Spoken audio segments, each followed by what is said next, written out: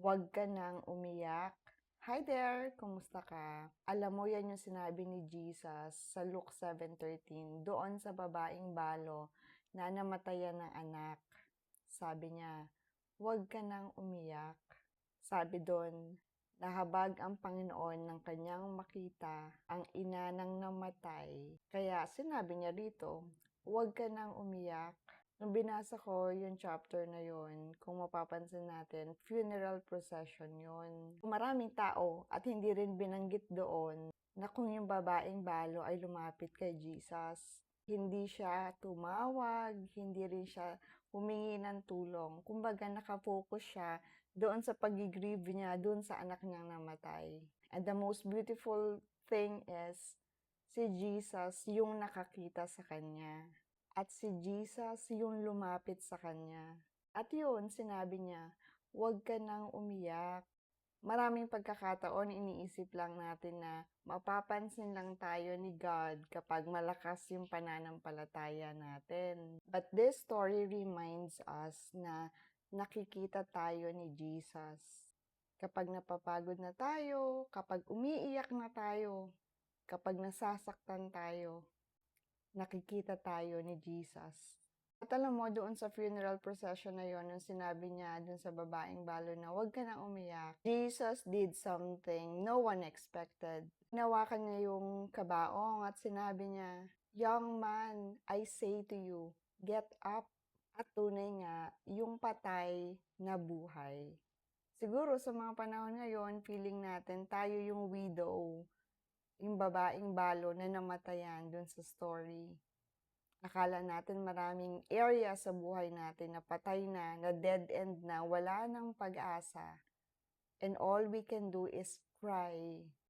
Meron nga na umiiyak tayo, hindi na natin kayang mag-pray, hindi na natin kayang sabihin yung pangalan Jesus kasi nakafocus na talaga tayo dun sa hurt na nararamdaman natin. Akala natin kapag dead end na, wala nang pag-asa and all we can do is cry.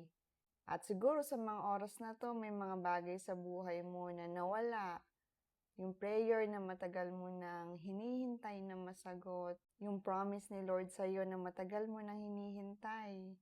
Kaya naman, merong mga nawala sa buhay mo ngayon na feeling mo yun yung sagot para maging maganda yung sitwasyon mo. But the same Jesus who saw the widow crying is also the same Jesus who can see you today. Nakikita niya yung mga luha mo.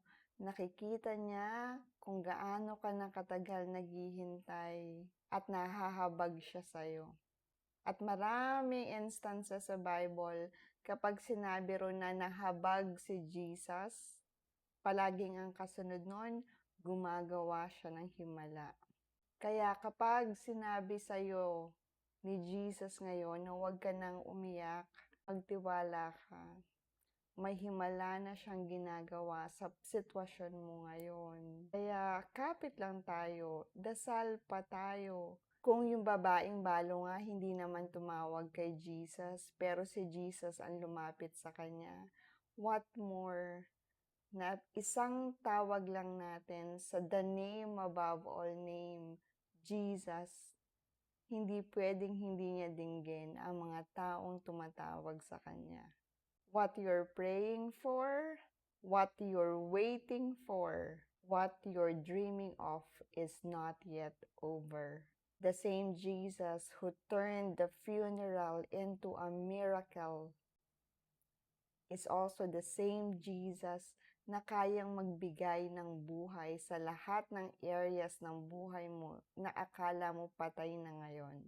Kaya huwag ka nang umiyak dahil makikita mo na ang kamangha-manghang bagay na ginagawa ng Diyos sa sitwasyon mo ngayon.